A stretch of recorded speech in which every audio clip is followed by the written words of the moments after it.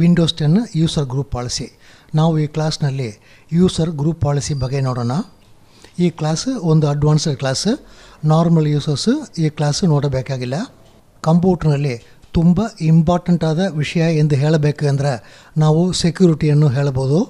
ಈ ಸೆಕ್ಯೂರಿಟಿಯನ್ನು ನಾವು ಯೂಸ್ ಮಾಡಿ ಯೂಸರ್ಸ್ ಪ್ರಿಂಟ್ರನ್ನು ಯೂಸ್ ಮಾಡಬಹುದಾ, ಯಾವ ಯೂಸರನ್ನು ಪ್ರಿಂಟ್ರನ್ನು ಯೂಸ್ ಮಾಡಬಹುದು, ಯಾವ ಯೂಸರ್ ಪೆನ್ ಡ್ರೈವನ್ನು ಕಂಪ್ಯೂಟರ್ನಲ್ಲಿ ಇನ್ಸರ್ಟ್ ಮಾಡಬಹುದು, ಯಾವ ಯೂಸರ್ ಇನ್ಸರ್ಟ್ ಮಾಡಬಾರದು ಎಂಬುದನ್ನು ನಾವು ಕಾನ್ಫಿಗರ್ ಮಾಡಬಹುದು. ಈ ಥರ ಎಲ್ಲ ಸೆಟ್ಟಿಂಗನ್ನು ನೀವು ಗ್ರೂಪ್ ಪಾಲಿಸಿಯನ್ನು ಯೂಸ್ ಮಾಡಿ ಕಂಪ್ಯೂಟರ್ನಲ್ಲಿ ಕಾನ್ಫಿಗರ್ ಮಾಡಬಹುದು. ಒಂದು ಕಂಪ್ಯೂಟರ್ನಲ್ಲಿ ಒಂದೇ ಯೂಸರ್ ಕೆಲಸ ಮಾಡಿದರೆ ನೀವು ಆ ಕಂಪ್ಯೂಟರ್ನಲ್ಲಿ ಗ್ರೂಪ್ ಪಾಲಿಸಿ ಏನು ಕಾನ್ಫಿಗರ್ ಮಾಡಬೇಕಾಗಿಲ್ಲ. ಒಂದೇ ಕಂಪ್ಯೂಟರ್ನಲ್ಲಿ 2-3 ಯೂಸರ್ಸ್ ಕೆಲಸ ಮಾಡಿದರೆ ನಾವು ಈ ಗ್ರೂಪ್ ಪಾಲಿಸಿಯನ್ನು ಕಾನ್ಫಿಗರ್ ಮಾಡಬಹುದು. ಕಾರಣ ಏನೆಂದರೆ ನಾವು ಈಗಾಗಲೇ ನೋಡಿದ್ದೀವಿ, ಕಂಪ್ಯೂಟರ್ನಲ್ಲಿ ನೀವು ಒಂದು ಪೆನ್ ಡ್ರೈವನ್ನು ಇನ್ಸರ್ಟ್ ಮಾಡಿದರೆ ಆ ಪೆನ್ ಡ್ರೈವನ್ನು ಇಮಿಡಿಯೇಟಾಗಿ ಓಪನ್ ಮಾಡಬಾರ್ದು. ಆ ಪೆನ್ ಡ್ರೈವ್ನಲ್ಲಿ ಏನಾದರೂ ವೈರಸ್ ಇದೆಯಾ ಎಂಬುದನ್ನು ನೀವು ಚೆಕ್ ಮಾಡಿ ಆಮೇಲೆ ನೀವು ಆ ಪೆನ್ ಡ್ರೈವನ್ನು ಓಪನ್ ಮಾಡಬೇಕು. ಕಂಪ್ಯೂಟರ್ನಲ್ಲಿ 2-3 ಯೂಸರ್ಸ್ ಕೆಲಸ ಮಾಡಿದರೆ ಕೆಲಸ ಮಾಡುವ ಎಲ್ಲ ಯೂಸರ್ಸ್ ಈ ಪೆನ್ ಡ್ರೈವನ್ನು ಇನ್ಸರ್ಟ್ ಮಾಡಿದಾಗ ವೈರಸ್ಸನ್ನು ಚೆಕ್ ಮಾಡ್ತಾರೆ ಎಂದು ಹೇಳೋಕ್ಕಾಗಲ್ಲ. ಕಾರಣ ಕೆಲವು ಯೂಸರ್ಸ್ಗೆ ವೈರಸ್ ಅಂದರೆ ಏನೋ, ಅದರಿಂದ ಬರುವ ಪ್ರಾಬ್ಲಮ್ ಏನೋ ಎಂಬುದನ್ನು ಗೊತ್ತು. ಆದರೆ ಕೆಲವು ಯೂಸರ್ಸ್ಗೆ ಈ ವೈರಸ್ ಬಗ್ಗೆ ಏನೂ ನಾಲೆಜ್ ಇರಲ್ಲ. ಈ ಥರ ಸಿಚುವೇಷನಲ್ಲಿ ನಾವು ಏನು ಮಾಡ್ತೀವಿ ಅಂದರೆ ಈ ಯೂಸರ್ಸ್ಗೆ ಪೆನ್ ಡ್ರೈವ್ ಕಂಪ್ಯೂಟರ್ನಲ್ಲಿ ಕನೆಕ್ಟ್ ಮಾಡಬಾರ್ದು ಎಂದು ಗ್ರೂಪ್ ಪಾಲಿಸಿನಲ್ಲಿ ಕಾನ್ಫಿಗರ್ ಮಾಡ್ತೀವಿ. ಒಂದು ಉದಾಹರಣೆಗೆ ನಾವು ಗ್ರೂಪ್ ಪಾಲಿಸಿನಲ್ಲಿ ಈ ಯೂಸರ್ಗಾಗಿ ಒಂದು ಸೆಪ್ರೇಟ್ ಗ್ರೂಪ್ ಪಾಲಿಸಿಯನ್ನು ಕ್ರಿಯೇಟ್ ಮಾಡ್ತೀವಿ. ಆ ಗ್ರೂಪ್ ಪಾಲಿಸಿನಲ್ಲಿ ಈ ಯೂಸರ್ ಲಾಗಿನ್ ಆಗಿದರೆ ಪೆನ್ ಡ್ರೈವನ್ನು ಓಪನ್ ಮಾಡಬಾರದು ಎಂದು ಕಾನ್ಫಿಗರ್ ಮಾಡಿದರೆ ಈ ಯೂಸರ್ ಲಾಗಿನ್ ಆಗಿದರೆ ಆ ಪೆನ್ ಡ್ರೈವನ್ನು ಯೂಸರ್ಗೆ ಯೂಸ್ ಮಾಡೋಕ್ಕಾಗಲ್ಲ. ಈ ಯೂಸರ್ಗೆ ಪೆನ್ ಡ್ರೈವ್ನಲ್ಲಿ ಇರುವ ಒಂದು ಫೈಲನ್ನು ಕಾಪಿ ಮಾಡಬೇಕು ಅಂದರೆ ಅಡ್ಮಿನಿಸ್ಟ್ರೇಟರ್ ಹತ್ರ ಹೋಗಿ ಈ ಪೆನ್ ಡ್ರೈವ್ನಲ್ಲಿ ಇರುವ ಆ ಫೈಲನ್ನು ಕಾಪಿ ಮಾಡಬೇಕು ಎಂದು ಕೇಳಿದರೆ ಅಡ್ಮಿನಿಸ್ಟ್ರೇಟರ್ ಪವರ್ ಇರುವ ಈ ಯೂಸರ್ ಕಂಪ್ಯೂಟರ್ನಲ್ಲಿ ಲಾಗಿನ್ ಆಗಿ ಪೆನ್ ಡ್ರೈವನ್ನು ಇನ್ಸರ್ಟ್ ಮಾಡಿ ಪೆನ್ ಡ್ರೈವ್ನಲ್ಲಿ ಏನಾದರೂ ವೈರಸ್ ಇದೆಯಾ ಎಂಬುದನ್ನು ಚೆಕ್ ಮಾಡಿ ಈ ಯೂಸರ್ಗೆ ಪೆನ್ ಡ್ರೈವಿಂದ ಯಾವ ಫೈಲ್ ಬೇಕು ಎಂಬುದನ್ನು ನೋಡಿ ಆ ಫೈಲನ್ನು ಅಡ್ಮಿನಿಸ್ಟ್ರೇಟರ್ ಕಾಪಿ ಮಾಡಿ ಕೊಡ್ತಾರೆ. ಈ ಗ್ರೂಪ್ ಪಾಲಿಸಿನಲ್ಲಿ ಏನೆಲ್ಲ ಆಪ್ಷನ್ ಇದೆ ಎಂಬುದನ್ನು ನಾವು ಸ್ವಲ್ಪ ಬೇಸಿಕ್ಕಾಗಿ ನೋಡೋಣ.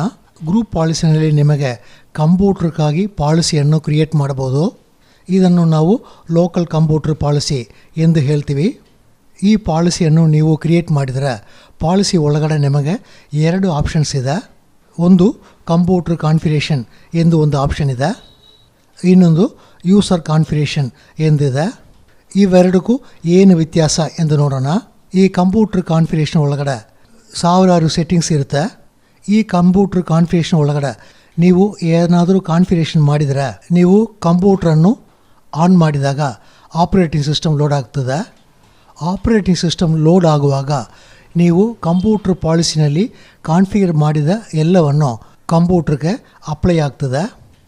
ಇದಾದ ಮೇಲೆ ಕಂಪ್ಯೂಟರ್ನಲ್ಲಿ ಯಾವ ಯೂಸರ್ ಲಾಗಿನ್ ಆಗಿದ್ರೇನೋ ನಾವು ಮಾಡಿದ ಸೆಟ್ಟಿಂಗ್ಸ್ ಎಲ್ಲವನ್ನು ಎಲ್ಲ ಯೂಸರ್ಗೆ ಅಪ್ಲೈ ಆಗ್ತದೆ. ಕಾರಣ ಏನೆಂದರೆ ಈ ಪಾಲಿಸಿಯನ್ನು ಯಾವಾಗ ಅಪ್ಲೈ ಮಾಡಿದೆ ಎಂದು ನೋಡಿದರೆ ಆಪರೇಟಿಂಗ್ ಸಿಸ್ಟಮ್ ಆನ್ ಆಗುವಾಗ ಪಾಲಿಸಿ ಎಲ್ಲವನ್ನು ಅಪ್ಲೈ ಮಾಡಿದೆ. ಇದಾದ ಮೇಲೆ ಯೂಸರ್ಸ್ ಲಾಗಿನ್ ಆಗ್ತಾರೆ.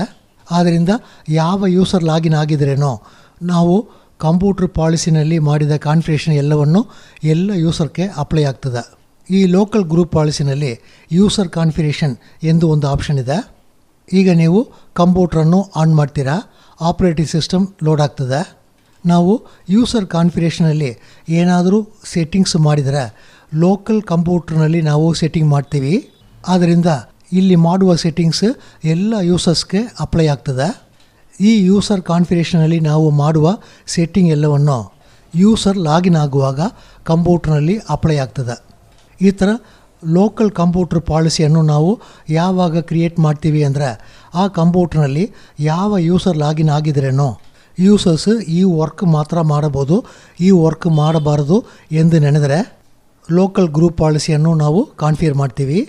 ಒಂದು ಉದಾಹರಣೆಗೆ ರಿಸೆಪ್ಷನ್ ಹಾಲ್ನಲ್ಲಿ ಇರುವ ಕಂಪ್ಯೂಟರ್ನಲ್ಲಿ ರಿಸೆಪ್ಷನಿಸ್ಟ್ ಲಾಗಿನ್ ಆಗ್ತಾರೆ. ಹೊರಗೆಯಿಂದ ಬರುವ ಗೆಸ್ಟ್ಗಳು ಕಂಪ್ಯೂಟರ್ನಲ್ಲಿ ಲಾಗಿನ್ ಆಗಿ ಮೇಲ್ ಚೆಕ್ ಮಾಡ್ತಾರೆ. ಆ ಥರ ಕಂಪ್ಯೂಟರ್ನಲ್ಲಿ ಯಾವ ಯೂಸರ್ ಲಾಗಿನ್ ಆಗಿದ್ರೇನೋ ಪೆನ್ ಡ್ರೈವನ್ನು ಇನ್ಸರ್ಟ್ ಮಾಡಬಾರ್ದು, ಕಂಪನಿ ವಾಲ್ಪೇಪರನ್ನು ಚೇಂಜ್ ಮಾಡಬಾರ್ದು. ಈ ಥರ ಸೆಟ್ಟಿಂಗ್ಸ್ ಮಾತ್ರ ಈ ಕಂಪ್ಯೂಟರ್ನಲ್ಲಿ ಇರಬೇಕು ಎಂದು ನಾವು ಕಾನ್ಫಿಗರ್ ಮಾಡ್ತೀವಿ. ವಿಂಡೋಸ್ 10ನಲ್ಲಿ ಇರುವ ಒಂದು ದೊಡ್ಡ ಅಡ್ವಾಂಟೇಜ್ ಏನು ಅಂದರೆ ಈ ಕಂಪ್ಯೂಟರ್ನಲ್ಲಿ 3 ಯೂಸರ್ಸ್ ಕೆಲಸ ಮಾಡ್ತಾರೆ ಎಂದುಕೊಳ್ಳೋಣ. ಒಂದು ಉದಾಹರಣೆಗೆ ಬಿಟ್ನೆಟ್ಸ್ ಎನ್ನುವ ಅಡ್ಮಿನಿಸ್ಟ್ರೇಟರ್ ಕೆಲಸ ಮಾಡ್ತಾರೆ. ರಾಮು, ಗೋಬಿ ಎಂದು 2 ನಾರ್ಮಲ್ ಯೂಸರ್ಸ್ ಈ ಕಂಪ್ಯೂಟರ್ನಲ್ಲಿ ಕೆಲಸ ಮಾಡ್ತಾರೆ. ಈ ಥರ 2-3 ಯೂಸರ್ಸ್ ಈ ಕಂಪ್ಯೂಟರ್ನಲ್ಲಿ ಕೆಲಸ ಮಾಡಿದರೆ ನಾವು ಒಂದೊಂದು ಯೂಸರ್ಗೆ ಸೆಪ್ರೇಟಾಗಿ ಒಂದು ಪಾಲಿಸಿಯನ್ನು ಕಂಪ್ಯೂಟರ್ನಲ್ಲಿ ಕ್ರಿಯೇಟ್ ಮಾಡ್ಬೋದು. ಒಂದು ಉದಾಹರಣೆಗೆ ನಾವು ಗೋಬಿ ಎನ್ನುವ ಯೂಸರ್ಗೆ ಸೆಪ್ರೇಟಾಗಿ ಒಂದು ಪಾಲಿಸಿಯನ್ನು ಕ್ರಿಯೇಟ್ ಮಾಡ್ತೀವಿ. ಆ ಥರ ಗೋಬಿಗೆ ಕ್ರಿಯೇಟ್ ಮಾಡುವ ಪಾಲಿಸಿನಲ್ಲಿ ಈ ಯೂಸರ್ ಪೆನ್ ಡ್ರೈವನ್ನು ಯೂಸ್ ಮಾಡಬಾರ್ದು ಎಂದು ಕಾನ್ಫಿಗರ್ ಮಾಡಿದರೆ ಗೋಬಿ ಯೂಸರ್ಗೆ ಪೆನ್ ಡ್ರೈವನ್ನು ಇನ್ಸರ್ಟ್ ಮಾಡಿ ಅದನ್ನು ಯೂಸ್ ಮಾಡೋಕ್ಕಾಗಲ್ಲ. ರಾಮು ಎನ್ನುವ ಯೂಸರ್ ಲಾಗಿನ್ ಆಗಿದರೆ ಪೆನ್ ಡ್ರೈವನ್ನು ಯೂಸ್ ಮಾಡಬಹುದು. ಅದೇ ಥರ ಬಿಟ್ನೆಟ್ಸ್ ಯೂಸರ್ ಲಾಗಿನ್ ಆಗಿದ್ರೇನೋ ಕಂಪ್ಯೂಟರ್ನಲ್ಲಿ ಪೆನ್ ಡ್ರೈವನ್ನು ಯೂಸ್ ಮಾಡಬಹುದು. ಆದರೆ ಈ ಕಂಪ್ಯೂಟರ್ನಲ್ಲಿ ಈಗ ಗೋಬಿ ಲಾಗಿನ್ ಆಗಿದರೆ ಪೆನ್ ಡ್ರೈವನ್ನು ಇನ್ಸರ್ಟ್ ಮಾಡಿದರೆ ಅದನ್ನು ಓಪನ್ ಮಾಡೋಕ್ಕಾಗಲ್ಲ.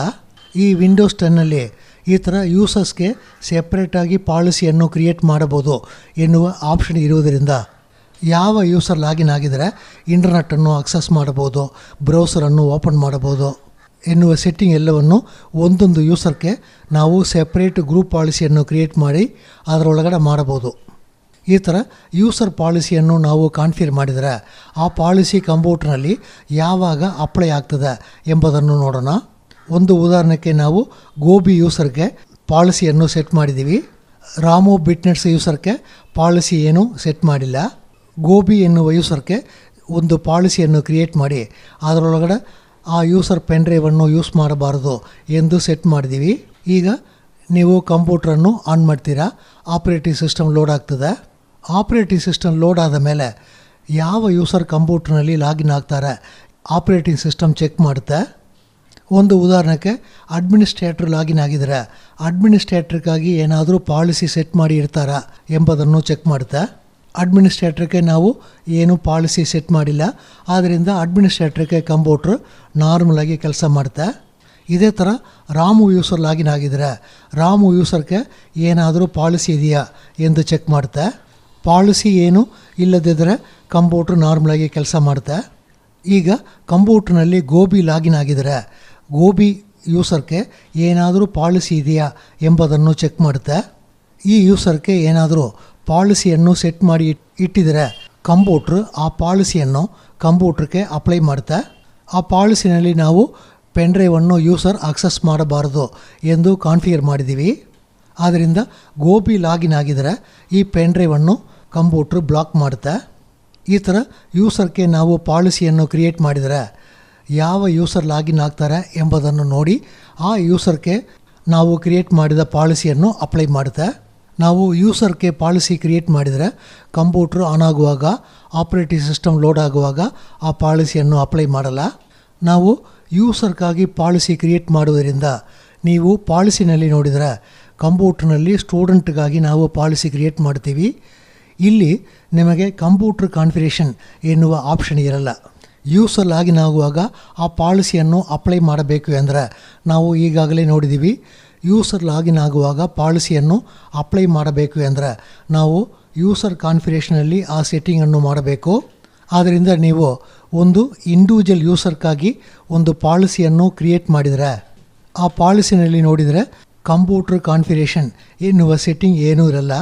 ಯೂಸರ್ ಕಾನ್ಫಿಗರೇಷನ್ ಎನ್ನುವ ಈ ಸೆಟ್ಟಿಂಗ್ ಮಾತ್ರ ಇರುತ್ತೆ. ನಾವು ಈಗಾಗಲೇ ನೋಡಿದ್ದೀವಿ, ಯೂಸರ್ ಕಾನ್ಫಿಗರೇಷನಲ್ಲಿ ನಾವು ಏನಾದರೂ ಕಾನ್ಫಿಗರೇಷನ್ ಮಾಡಿದರೆ ಯೂಸರ್ ಲಾಗಿನ್ ಆಗುವಾಗ ಮಾತ್ರ ಅದನ್ನು ಅಪ್ಲೈ ಆಗ್ತದೆ. ನಾವು ಕಂಪ್ಯೂಟ್ರ್ನಲ್ಲಿ ಹೋಗಿ ಲೋಕಲ್ ಕಂಪ್ಯೂಟ್ರ್ ಪಾಲಿಸಿಯನ್ನು ಯಾವ ಥರ ಕಾನ್ಫಿಗರ್ ಮಾಡಬೇಕು, ಯೂಸರ್ ಪಾಲಿಸಿಯನ್ನು ಯಾವ ಥರ ಕಾನ್ಫಿಗರ್ ಮಾಡಬೇಕು ಎಂಬುದನ್ನು ನೋಡೋಣ. ನಾವು ಕಂಪ್ಯೂಟ್ರ್ನಲ್ಲಿ ಲಾಗಿನ್ ಆಗಿದ್ದೀವಿ. ಇಲ್ಲಿ gpedit.msc ಎಂದು ಒಂದು ಕಮಾಂಡ್ ಇದೆ. ಆ ಕಮಾಂಡನ್ನು ನಾವು ಇಲ್ಲಿ ಟೈಪ್ ಮಾಡೋಣ. ನಾವು ಈಗಾಗಲೇ MSc ಅಂದರೆ ಏನು ಎಂದು ನೋಡಿದ್ದೀವಿ. ಕಂಪ್ಯೂಟ್ರ್ನಲ್ಲಿ ಅವರು MMCಯನ್ನು ಓಪನ್ ಮಾಡಿ ಆ MMC ಒಳಗಡೆ gpedit-ಅನ್ನು ಆ್ಯಡ್ ಮಾಡಿ ಅದನ್ನು gpedit.msc ಎನ್ನುವ ಹೆಸರಿನಲ್ಲಿ ಸೇವ್ ಮಾಡಿ ಇಟ್ಟಿರ್ತಾರೆ. ನಾವು ಇದನ್ನು ಕ್ಲಿಕ್ ಮಾಡಿದರೆ ಮೊದಲು MMC ಓಪನ್ ಆಗ್ತದೆ, ಅದರೊಳಗಡೆ ಗ್ರೂಪ್ ಪಾಲಿಸಿ ಓಪನ್ ಆಗ್ತದೆ. ಈ ಥರ ನೀವು ಕಮಾಂಡನ್ನು ಟೈಪ್ ಮಾಡಿ ಓಪನ್ ಮಾಡಿದರೆ ನಿಮಗೆ ಲೋಕಲ್ ಗ್ರೂಪ್ ಪಾಲಿಸಿ ಓಪನ್ ಆಗ್ತದೆ. ಈ ಪಾಲಿಸಿನಲ್ಲಿ ನೀವು ಮಾಡುವ ಕಾನ್ಫಿಗರೇಷನ್ ಎಲ್ಲವನ್ನು ಟೋಟಲ್ ಕಂಪ್ಯೂಟರ್ಗೆ ಅಪ್ಲೈ ಆಗ್ತದೆ. ಕಾರಣ ನಾವು ಜನರಲ್ ಆಗಿ ಗ್ರೂಪ್ ಪಾಲಿಸಿಯನ್ನು ಓಪನ್ ಮಾಡಿದ್ದೀವಿ, ಆದ್ದರಿಂದ ನಮಗೆ ಟೋಟಲ್ ಕಂಪ್ಯೂಟರ್ಗೆ ಇದರಲ್ಲಿ ಮಾಡುವ ಕಾನ್ಫಿಗರೇಷನ್ ಎಲ್ಲವನ್ನು ಅಪ್ಲೈ ಆಗ್ತದೆ. ನೀವು ಯೂಸರ್ಗಾಗಿ ಗ್ರೂಪ್ ಪಾಲಿಸಿಯನ್ನು ಕ್ರಿಯೇಟ್ ಮಾಡಬೇಕು ಅಂದರೆ ಯಾವ ಯೂಸರ್ಗಾಗಿ ನೀವು ಗ್ರೂಪ್ ಪಾಲಿಸಿಯನ್ನು ಕ್ರಿಯೇಟ್ ಮಾಡ್ತೀರಾ ಎಂಬುದನ್ನು ಸೆಲೆಕ್ಟ್ ಮಾಡಿ ಆಮೇಲೆ ಕ್ರಿಯೇಟ್ ಮಾಡಬೇಕು. ಇಲ್ಲಿ ನಾವು ಕಂಪ್ಯೂಟರ್ ಕಾನ್ಫಿಗರೇಷನ್, ಯೂಸರ್ ಕಾನ್ಫಿಗರೇಷನ್ ಎಂದು 2 ಸೆಟ್ಟಿಂಗ್ ಇದೆ ಎಂದು ನೋಡಿದ್ದೀವಿ. ಕೆಲವು ಸೆಟ್ಟಿಂಗ್ಸ್ ನೀವು ಕಂಪ್ಯೂಟರ್ ಕಾನ್ಫಿಗರೇಷನ್ನಲ್ಲಿ ಮಾತ್ರ ಮಾಡೋದಕ್ಕಾಗ್ತದೆ, ಕೆಲವು ಸೆಟ್ಟಿಂಗ್ಸ್ ನೀವು ಯೂಸರ್ ಕಾನ್ಫಿಗರೇಷನಲ್ಲಿ ಮಾತ್ರ ಮಾಡೋದಕ್ಕಾಗ್ತದೆ. ಒಂದು ಉದಾಹರಣೆಗೆ ನಾವು ಕಂಪನಿನಲ್ಲಿ ಏನು ಮಾಡ್ತೀವಿ ಅಂದರೆ ಯೂಸರ್ ಪಾಸ್ವರ್ಡ್ ಯೂಸ್ ಮಾಡುವಾಗ ಮಿನಿಮಮ್ 10 ಕ್ಯಾರೆಕ್ಟರನ್ನು ಯೂಸ್ ಮಾಡಬೇಕು ಎಂದು ಕಾನ್ಫಿಗರ್ ಮಾಡ್ತೀವಿ. ಈ ಥರ ನಾವು ಕಾನ್ಫಿಗರ್ ಮಾಡಬೇಕು ಅಂದರೆ ಅದನ್ನು ಯೂಸರ್ ಕಾನ್ಫಿಗರೇಷನ್ನಲ್ಲಿ ಮಾಡೋಕ್ಕಾಗಲ್ಲ. ಕಾರಣ ಆಪ್ರೇಟಿಂಗ್ ಸಿಸ್ಟಮ್ ಆನ್ ಆಗುವಾಗ ಈ ಪಾಲಿಸಿಯನ್ನು ಕಂಪ್ಯೂಟರ್ನಲ್ಲಿ ಅಪ್ಲೈ ಆಗಬೇಕು. ಆ ಥರ ಆಪ್ರೇಟಿಂಗ್ ಸಿಸ್ಟಮ್ ಆನ್ ಆಗುವಾಗ ಈ ಪಾಲಿಸಿ ಅಪ್ಲೈ ಆಗಿದರೆ ಯೂಸರ್ ಲಾಗಿನ್ ಆಗುವಾಗ ಯೂಸರ್ 10 ಕ್ಯಾರೆಕ್ಟರ್ ಪಾಸ್ವರ್ಡ್ ಯೂಸ್ ಮಾಡಿದಾರಾ ಎಂಬುದನ್ನು ಚೆಕ್ ಮಾಡುತ್ತೆ. ಈ ಥರ ಕಾನ್ಫಿಗರೇಷನ್ಸ್ ನೀವು ಯೂಸರ್ ಕಾನ್ಫಿಗರೇಷನಲ್ಲಿ ಮಾಡೋಕ್ಕಾಗಲ್ಲ. ಒಂದು ಉದಾಹರಣೆಗೆ ನಾವು ಯೂಸರ್ ಕಾನ್ಫಿಗರೇಷನಲ್ಲಿ ಯೂಸರ್ 10 ಕ್ಯಾರೆಕ್ಟರನ್ನು ಯೂಸ್ ಮಾಡಬೇಕು ಎಂದು ಕಾನ್ಫಿಗರ್ ಮಾಡಿದ್ದೀವಿ ಎಂದುಕೊಳ್ಳೋಣ. ಇಲ್ಲಿ ನಾವು ಕಾನ್ಫಿಗರ್ ಮಾಡಿದರೆ ಇದನ್ನು ಯಾವಾಗ ಅಪ್ಲೈ ಆಗ್ತದೆ ಎಂದು ನೋಡಿದರೆ ಯೂಸರ್ ಲಾಗಿನ್ ಆದ ಮೇಲೆ ಇದನ್ನು ಅಪ್ಲೈ ಆಗ್ತದೆ. ಆದರೆ ಯೂಸರ್ ಈಗಾಗಲೇ ಲಾಗಿನ್ ಆಗಿದ್ದಾರೆ. ಯೂಸರ್ ಲಾಗಿನ್ ಆಗಿದ ಮೇಲೆ ಯೂಸರ್ 10 ಕ್ಯಾರೆಕ್ಟರನ್ನು ಪಾಸ್ವರ್ಡ್ನಲ್ಲಿ ಯೂಸ್ ಮಾಡಬೇಕು ಎಂದು ಹೇಳೋಕ್ಕಾಗಲ್ಲ. ಆದ್ದರಿಂದ ನೀವು ಯೂಸರ್ ಕಾನ್ಫಿಗರೇಷನಲ್ಲಿ ನೋಡಿದರೆ ಪಾಸ್ವರ್ಡ್ 10 ಕ್ಯಾರೆಕ್ಟರನ್ನು ಯೂಸ್ ಮಾಡಬೇಕು ಎನ್ನುವ ಯಾವ ಸೆಟ್ಟಿಂಗ್ ಇರಲ್ಲ. ಈ ಥರ ಸೆಟ್ಟಿಂಗ್ಸ್ ನೀವು ಕಂಪ್ಯೂಟರ್ ಕಾನ್ಫಿಗರೇಷನ್ನಲ್ಲಿ ಮಾತ್ರ ಮಾಡೋದಕ್ಕಾಗ್ತದೆ. ಆದ್ದರಿಂದ ಕೆಲವು ಸೆಟ್ಟಿಂಗ್ಸ್ ನೀವು ಕಂಪ್ಯೂಟರ್ ಕಾನ್ಫಿಗರೇಷನ್ನಲ್ಲಿ ಮಾತ್ರ ಮಾಡೋದಕ್ಕಾಗ್ತದೆ, ಕೆಲವು ಸೆಟ್ಟಿಂಗ್ಸ್ ನೀವು ಯೂಸರ್ ಕಾನ್ಫಿಗರೇಷನಲ್ಲಿ ಮಾತ್ರ ಮಾಡೋದಕ್ಕಾಗ್ತದೆ. ಲೋಕಲ್ ಗ್ರೂಪ್ ಪಾಲಿಸಿಯನ್ನು ನಾವು ಯಾವಾಗ ಕಾನ್ಫಿಗರ್ ಮಾಡ್ತೀವಿ ಎಂದರೆ ಈ ಕಂಪ್ಯೂಟರ್ನಲ್ಲಿ ಯಾವಾಗಲೂ ಒಂದೇ ಸೆಟ್ಟಿಂಗ್ ಇರಬೇಕು. ಯಾವ ಯೂಸರ್ ಲಾಗಿನ್ ಆಗಿದ್ರೇನೋ ಸೆಟ್ಟಿಂಗ್ನಲ್ಲಿ ಯಾವ ಚೇಂಜ್ ಬರಬಾರದು ಎಂದು ನೆನೆದರೆ ನಾವು ಲೋಕಲ್ ಗ್ರೂಪ್ ಪಾಲಿಸಿಯನ್ನು ಕಾನ್ಫಿಗರ್ ಮಾಡ್ತೀವಿ. ನಾವು ನೆಕ್ಸ್ಟ್ ಕ್ಲಾಸ್ನಲ್ಲಿ ಒಂದೊಂದು ಯೂಸರ್ಗೆ ಸೆಪ್ರೇಟಾಗಿ ಯಾವ ಥರ ಗ್ರೂಪ್ ಪಾಲಿಸಿಯನ್ನು ಕ್ರಿಯೇಟ್ ಮಾಡ್ಬೋದು ಎಂಬುದನ್ನು ನೋಡೋಣ. Thank you.